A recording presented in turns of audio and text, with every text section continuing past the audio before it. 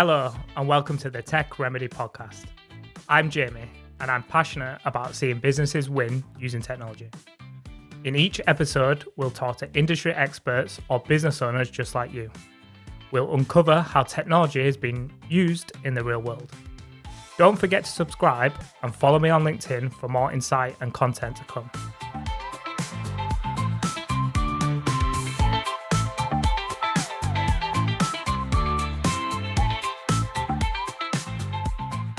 Stuart, welcome to the Tech Remedy Podcast. Thank you. So a bit of a different episode this week. I'm joined by, obviously, Stuart, the co-founder of both Everon and Dynamics 365 Cloud. Can you, for people that might not know you, can you share a little bit about your role within Everon right now? So I support the back-end operations and research and vision for Everon, and hopefully working out what the next big thing is and seeing how we can help our customers thrive in business. Yeah, so you're the brains behind the scenes, is that? Well, I wouldn't like to say. So probably just keeping with Everon and current, what's the kind of most rewarding part of what you do at Everon right now, would you say? Helping customers and actually making a difference to customers' businesses and solving problems. That's what we like to do. Yeah. And I guess that's a similar sort of answer to the question about what excites you most about technology. Yeah, I'm sure there's the inner geek and inner tech in me that likes shiny buttons and shiny lights. But yeah, actually using tech to create a measurable improvement is what I like to do. All right, cool. So for people that don't know about Everon, obviously we've been going in, I guess, two guises. Yeah. Version 1, 2008 onwards, where we worked with a former boss and shareholder, and we were a bit more junior than we are now. We were jack of all trades. Yeah. We had the same values, I guess, but we didn't define exactly what our offering was. And then 2016 onwards, where we went for a management buyout, we focused and niched down to be Microsoft only house, regulated business, targeted regulated business, and really help with removing pain from technology. I can't speak. Yeah. What do you think has helped us from version 1 to version 2? What are the differences and why are we better now for being in version 2 of Everon?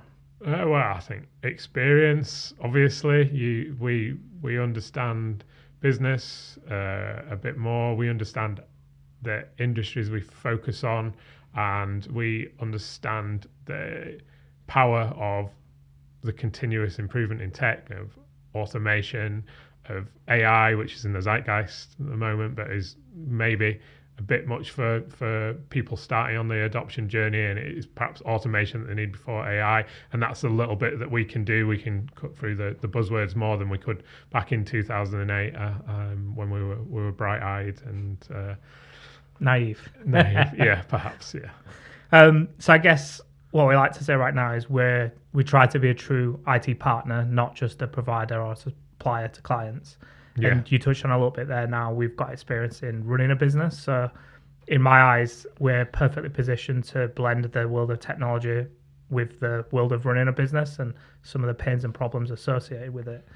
I guess what sort of things would you expect to help clients with as Everon versus the guy in his bedroom just fixing computers and that sort of stuff? Yeah, there's a million business consultants out there, isn't there? And the advice, adoption, and enablement piece that everyone professes to do and improve your business.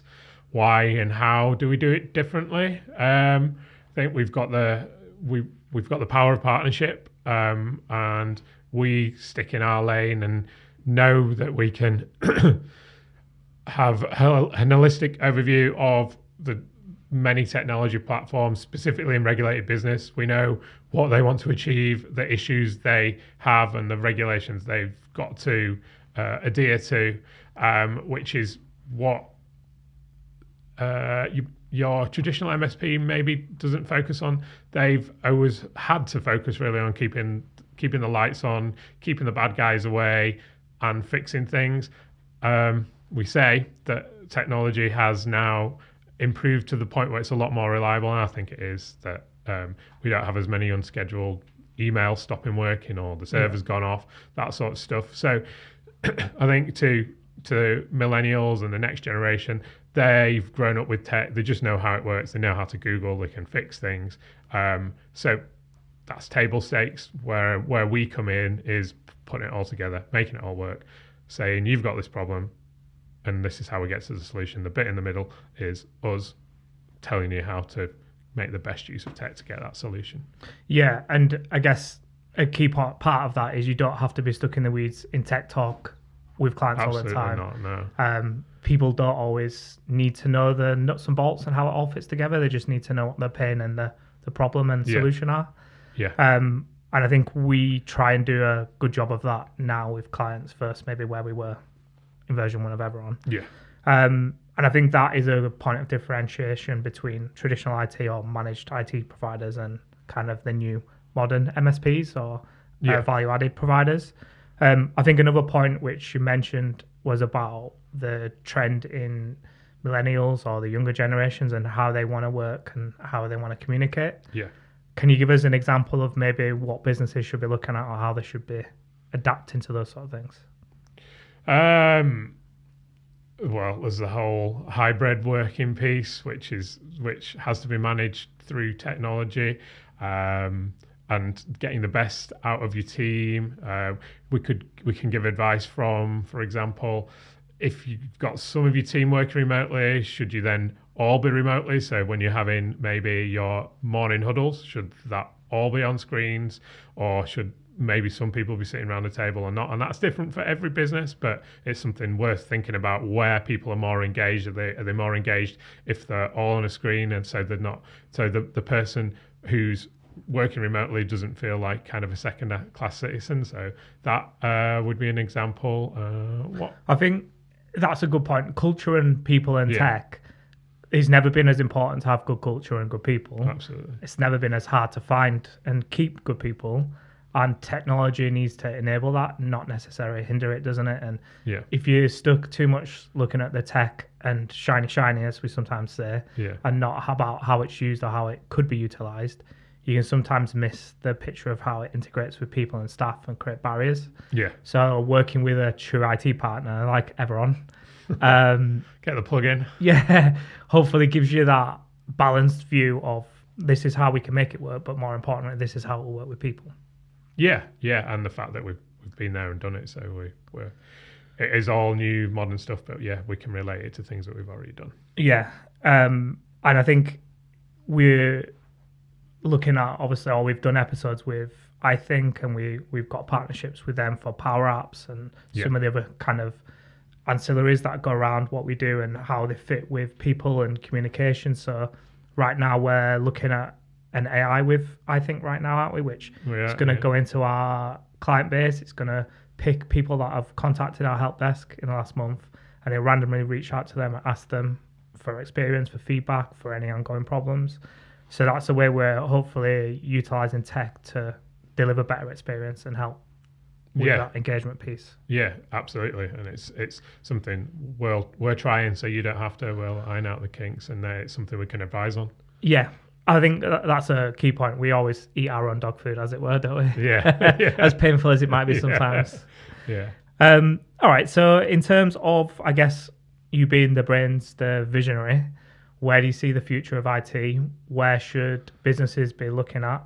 AI, you've touched on a little bit, and automation, but where would you be starting and what would you be looking at over the next few years? Over the next few years, the obvious elephant in the room is AI, isn't it? As much as the marketing is perhaps overtaken the reality of AI will catch up over the next 2 or 3 years. It will become as intelligent as a human and be able to speak general human language. So you'll just be able to chat to it and you won't have to type to it. Over the rest of this decade, it will the thinking is that it will hit singularity, which means that it will just be able to do general stuff for you and be able to think for itself, which is exciting and scary, but it's something that your competitors are looking at, so it's something you need to be looking at. So yeah, that's one thing. Automation, things that people don't want to do that are repetitive, people shouldn't have to do now, whether that's AI or automation or just making, which is just fancy words for just making the computer do the stuff it should be able to do. That's definitely something that needs looking at, that you want to be looking at. And all the data you have that you don't know about, and protecting it and managing it. So some sort of data analyst role, is every company is an IT company, we say now, don't we, because they need to be using IT well, because everyone else in the world is, and they need to protect that data and surface the data in a way that they can use it well and stop the hackers. Yeah. So a few points in there then, starting backwards. Data analyst, I think we've talked about this before, and our training provider said it's the fastest growing apprenticeship they provide. Yeah. There's so much data that people now create that I don't think people are always using it well, and they get overwhelmed by it. And I think what we see a lot of, not just like externally but also internally, is data silos and not being able to access data or having duplicate data sources and things like that. So I think it's key working with someone like a data analyst or a consultant or an IT provider or partner to understand how the data fits together and how it works. Yeah. Because when you're going to look at applying automation and AI, you need that solid platform, don't you, to work from? Yeah. Do you think that people get confused between the term AI and automation? Is it one and the same? Is it different? Yes and no. They kind of blend. And automation's always been there. It's just been supercharged by the fact that people know what AI is, which is great for us. But there's always been manual tasks that people are doing that could be automated, which are then could be enhanced by AI, because you could be recording invoices manually. You could automate that by OCR, which just means the computer reads the text, but that's not AI.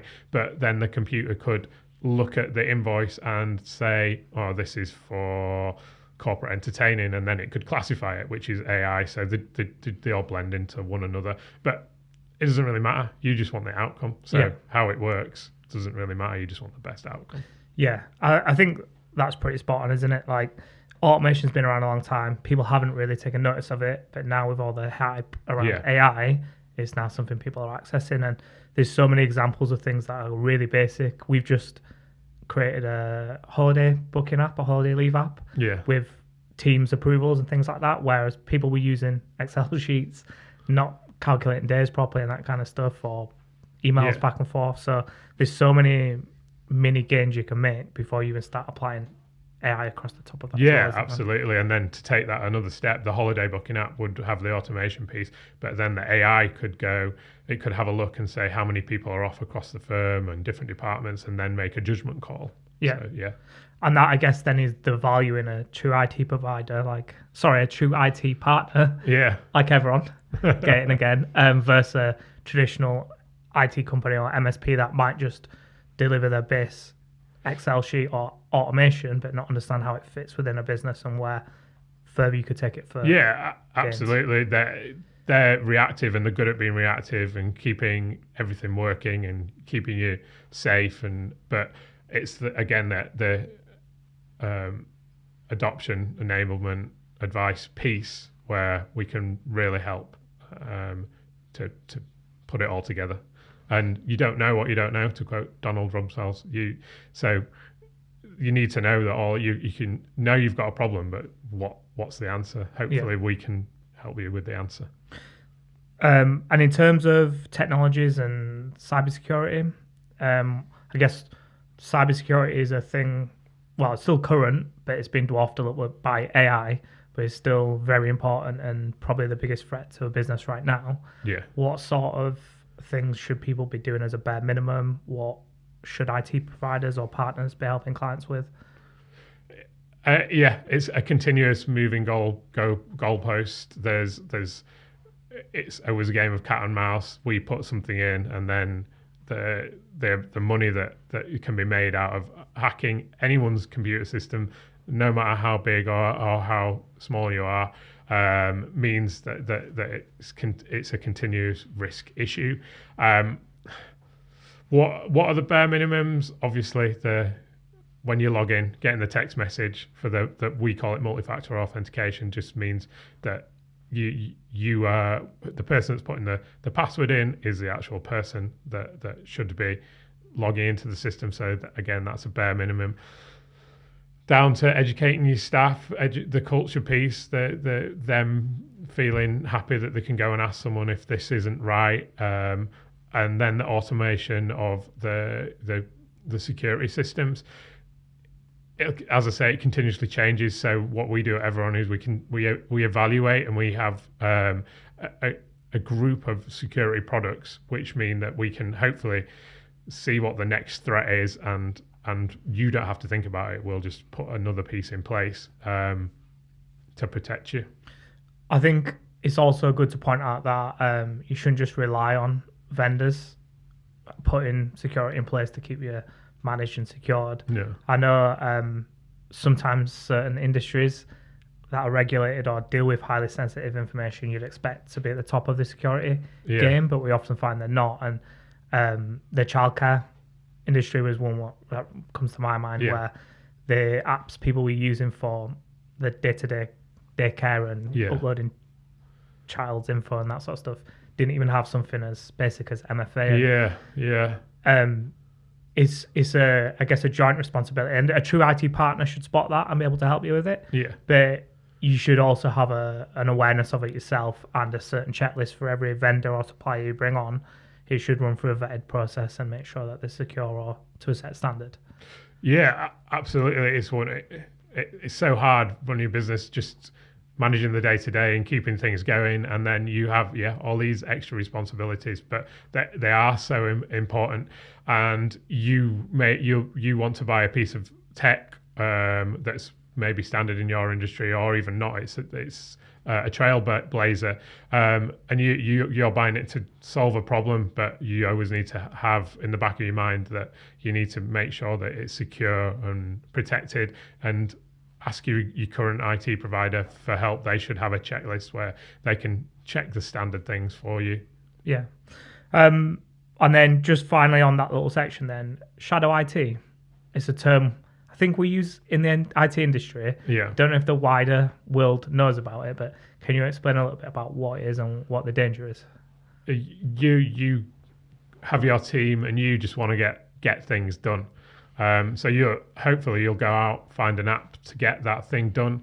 The problem with all these apps and all these different logins is that whoever's managing your IT needs to know about this app. So you guys use OneDrive, but somebody is working with a partner who uses AutoCAD or Dropbox. So you just create a login for Dropbox. That's shadow IT, because the people who are managing the tech don't know about it. So then they don't know that they need to secure it. So when Dropbox has a problem or there's a security issue, we can't protect against it. So that's shadow IT. It's just stuff that regular IT doesn't know about it. And if your IT support or provider is too prescriptive and say you have to use this, but it's not the best thing to use, then you'll probably just go off and find your own thing to get your job done. But that's when problems occur. So security is a balance between protection and ease of use. And what an advertising agency needs protecting and securing and regulating via doctor's surgery is totally different. And so the line of security would be different there as well. So that's shadow IT really. It's the software that IT doesn't know about and can't protect. And I think we see this probably a lot more with AIs, don't we? In the fact that everybody wants to use them. People will go throw something into an online free version of an AI, not knowing they're putting data into a public data set. Not necessarily something that be Google, but it could be critical data or sensitive data that's put out there. And unless you've got the right culture or the right processes in place, it's really hard to manage that. But ultimately, the company's responsible for that.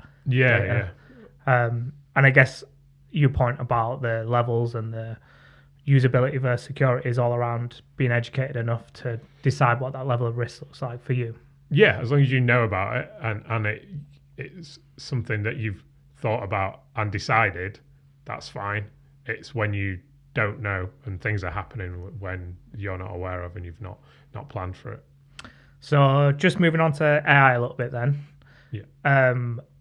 We talked a little bit about not misuse, but shadow IT and people using it when it hasn't been, I guess, understood or managed from top down. How should a company start looking at AI, and what should they be aware of? What should be some key pointers to get started? Educate your team, have a policy in place, make sure people know what they should be doing, make sure people know the risks of what they're doing, and don't leave them in that no man's land of, I want to do the job, I've seen this shiny thing, this will help, this will make me more productive, but should I use it or should I not? Yeah, it's all about communication culture and letting people know. Yeah, a policy really would be the first thing. Yeah, good starting point. And that obviously needs to be discussed at all departments, doesn't it? Not necessarily just in one or another. Yeah, it's collaborative, isn't it? Yeah. You need to know what people need to use things for. Yeah. You obviously use AI right now. Yeah. How are you finding it? Yeah, good days and bad days. On the whole, it definitely makes me more productive. Yeah. For example, I needed to check 2 spreadsheet reports and I needed to see if the same data was duplicated in them. Before, that would have been doing split screen and just reading along. I could just say, AI, check that for me, and done in seconds. And I've actually just done a mini video on this. Oh, right, but people complain about the cost of Copilot, of these others, at £25-30 a month. But when you actually boil it down to somebody on a 25k salary, this is blunt math without any of the extra costs in. So this is the bare minimum that a staff member would cost you. It works out to £12.82 an hour. Right. If you can save 2 hours in a month, you're net neutral on cost. And a 37.5-hour week gives you 150 hours in a month.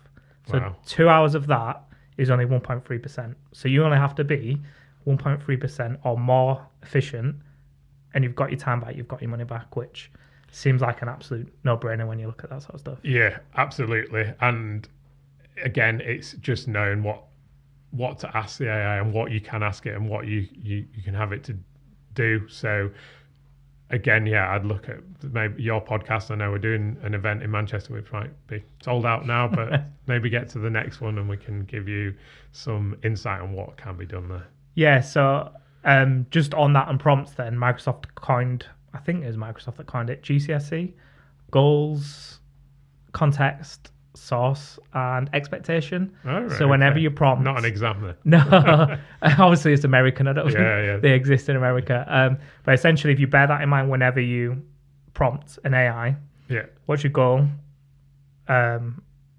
What's your context? Text. So, like, what's the bigger picture? The reason you're doing it. Give it a bit more information that you have. I tend to write a bit of a paragraph of narrative now. It works better, doesn't it? I think once you can understand that and you use it all the time, the outputs you get are a lot more meaningful out there.